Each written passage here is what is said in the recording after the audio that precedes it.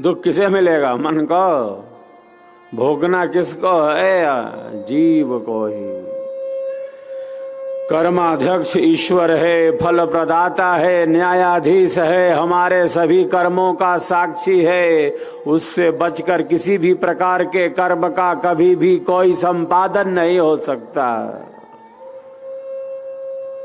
घोर घने जंगल में अमावस की रात में बैठकर कोई षड्यंत्र कर रहा हो और कोई नहीं देख रहा, कोई नहीं जान रहा, ईश्वर साक्षी है हमारे प्रत्येक कर्मों का।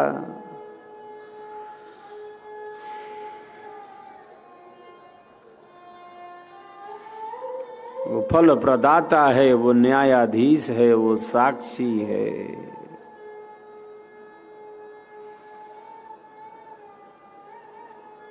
कितनी सुंदर उपमा दी सदगुरुदेव ने स्वर वेद में। इंद्रिय अश्व और मन रज्जु बुद्धि सारथी जान, आत्मरथी रथ देह है, त्रिगुण भाव पथ ज्ञान। जितना हमारा मन नियंत्रित और संयमित होगा, हमारे जीवन का उतना ही भौतिक एवं आध्यात्मिक विकास होगा। इस मन की शक्ति को पहचाने।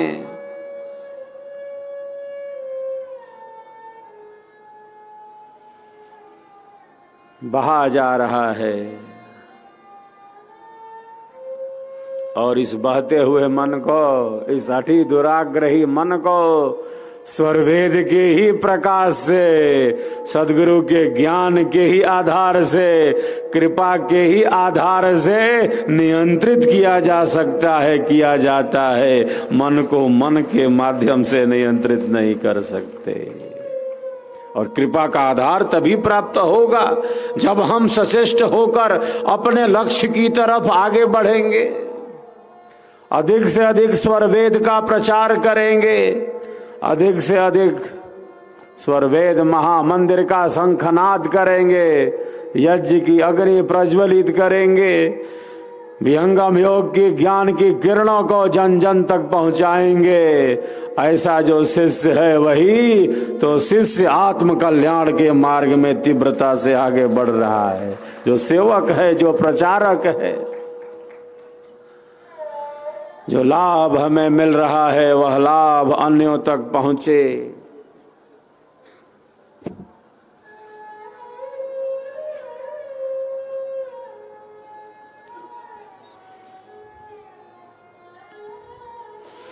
यह स्वरवेद महामंदिर तो लाखों करोड़ों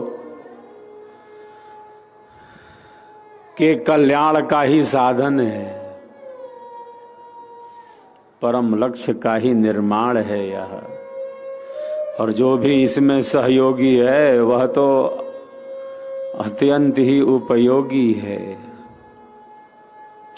मैं तो कहता हूं जो योगी है, जो योगी है वही उपयोगी है, वही उपयोगी है। जो सबके सुख का चिंतन करता है।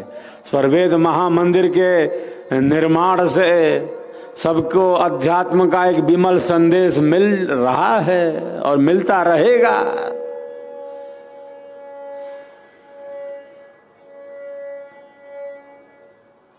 गुलाबी लाल पत्थरों से स्वरवेद महामंदिर सज चुका है।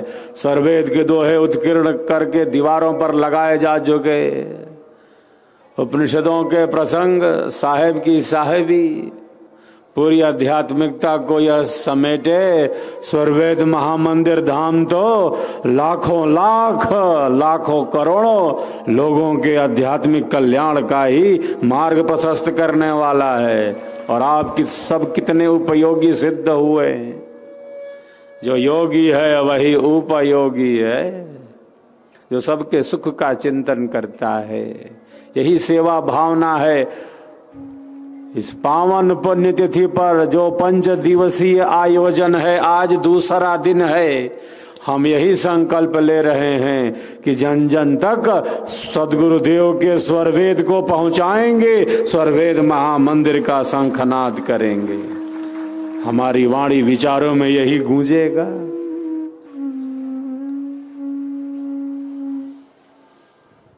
सदगुरुदेव की पावन मूर्ति का भी संकल्प है। स्वरवेद महामंदिर धाम से उत्तर दिशा में उत्तर उत्तर गति प्रगति होती रहे।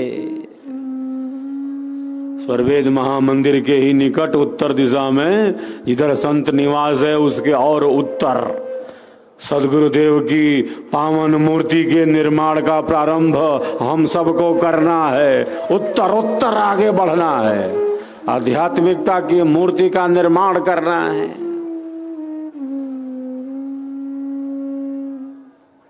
तो सेवा ही प्रथम है और अनिवार्य है। सत्संग ही हम सबों के लिए कल्याणकारी है। साधना साधती है, किंतु बिना सेवा सत्संग के कोई साधना है क्या? बिना सेवा और बिना सत्संग के कोई साधना नहीं है। सेवा का अधिक विस्तार हो, सत्संग खूब खूब हो, श्रेष्ठ विचारों का अधिक से अधिक प्रकाश हो, स्वरवेद का स्वर जन जन तक पहुंचे। स्वरवेद का प्रचार ही एक साधना है, मैं समझता हूं, प्रायः कहता भी हूं। सेवा भाव का विस्तार भी साधना ही है। यही त्रिवेणी है जिसे हमारे सदगुरुदेव ने कहा, सेवा सत्संग और साधना, इसमें जो गोते लगाता है वो तो आत्म कल्याण का मार्ग प्रशस्त कर लेता है। पर सेवा प्रथम है, सत्संग अधिक से अधिक हो, साधना का अभ्यास हो। जिस मार्ग पर हम चल रहे हैं उस आत्म कल्याण के मार्ग से हम अलग ना हो, यही हम सबों का तो संकल्प है। अपने श्रेष्ठ संकल्पों की पुनरावृत्ति करते रहना, कल्याण का मार्ग यही है।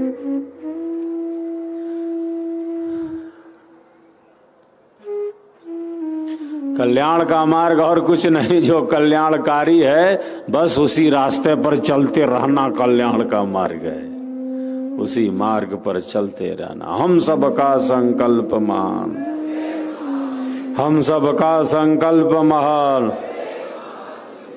हम सबका संकल्प महान। सदगुरु मूर्ति निर्माण, सदगुरु मूर्ति निर्माण, हम सबका संकल्प महान। सभी एक दूसरे के उत्साहवर्धन में तालियों की गड़गड़ाहट करें। आपके अंदर जो उत्साह है, जो उमंग है, जो उत्सव दिख रहा है इस पंचदिवसीय आयोजन में, वह अपने आप में अनूठा है। हमारी श्रद्धा, हमारी भक्ति, हमारा प्रेम, हमारा सत्य विश्वास और आगे बढ़ता चले। हमारी भक्ति का ही विकास हो, हमारा प्रेम बढ़े, हमारी श्रद्धा बढ़े, सत्य पर विश्वास बढ़े, सद्गुरु के सिद्धांत में हमारी और स्थिरता हो।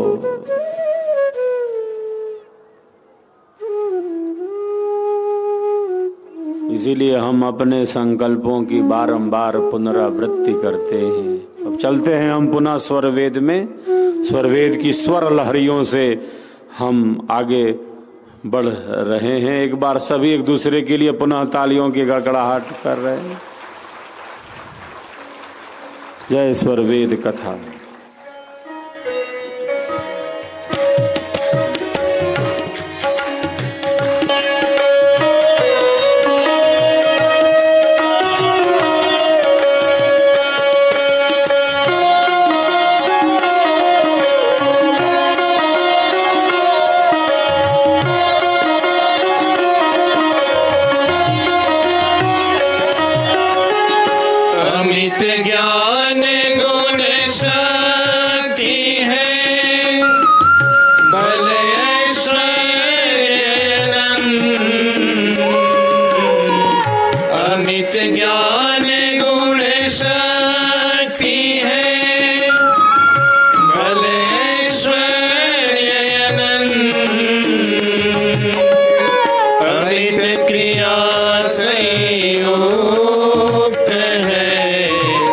महिमा तेज अनंत, अमित क्रिया संयोग है। महिमा तेज अनंत, जय स्वर वेद कथा, जय स्वर वेद कथा, जय स्वर वेद कथा, जय स्वर वेद कथा।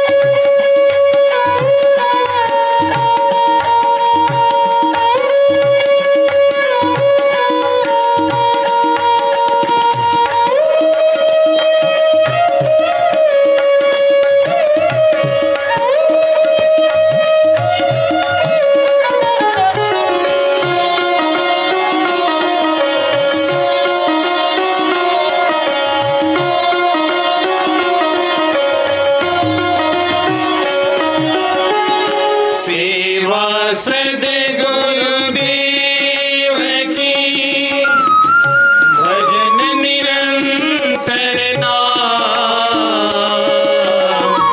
सेवा सद्गुरुदेव की, भजन निरंतर नाम, दग्ध पाप निष्पाप हो, शुद्ध अंतर्मन का,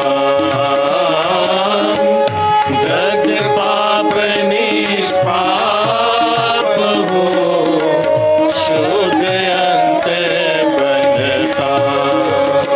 जय सर्ववेद कथा, जय सर्ववेद कथा, जय सर्ववेद कथा, जय सर्ववेद कथा, जय सर्ववेद कथा, जय सर्ववेद कथा, जय सर्ववेद कथा, जय सर्ववेद कथा।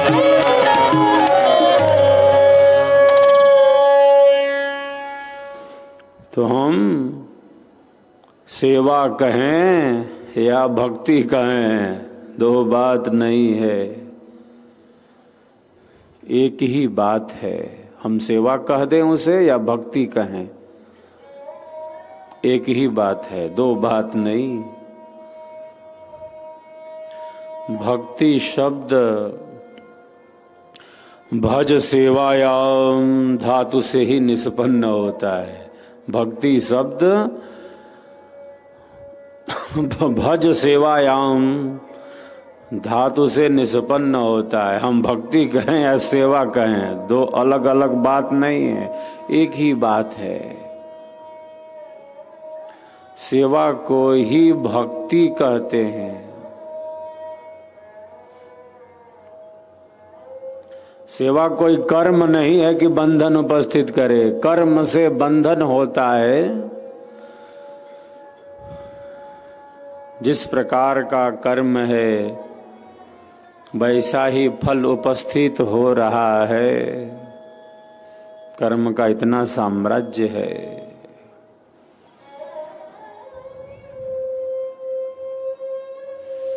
ईश्वर हमारे कर्मों का फल हमें देता है, वो दुख नहीं देता। उसके पास दुख है ही नहीं कि वो दुख दे दे हमें। जिसके पास वो वस्तु हो ही ना तो दूसरों को दे कहाँ सकता है। ईश्वर के पास दुख है ही नहीं तो दुख कहाँ से दे सकते हैं। वो तो आनंद स्वरूप है, वो तो परम शांति स्वरूप है, वो तो परम प्रकाश स्वरूप है, वो परम ज्योति स्वरूप है, वो तो परमात्मा है, वो तो परम है। हम पुरुष हैं, वो परम पुरुष है। हम आत्माएं हैं, वो परमात्मा है। हम प्रकाश स्वरूप हैं, वो परम प्रकाश स्वरूप हैं, वो परम ज्योति स्वरूप है, परम शब्द स्वरूप है, परम सत्य स्वरूप है, परम शांति स्वरूप है, परमानंद स्वरूप है, वो परम अक्षर स्वरूप है, वो परमानंद स्वरूप है, वो परमानंद है, वो सच्चिदानंद स्वरूप है।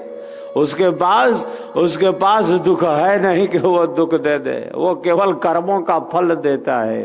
क्यों? क्योंकि उसे न्याय पसंद है और न्यायाधीश है ना।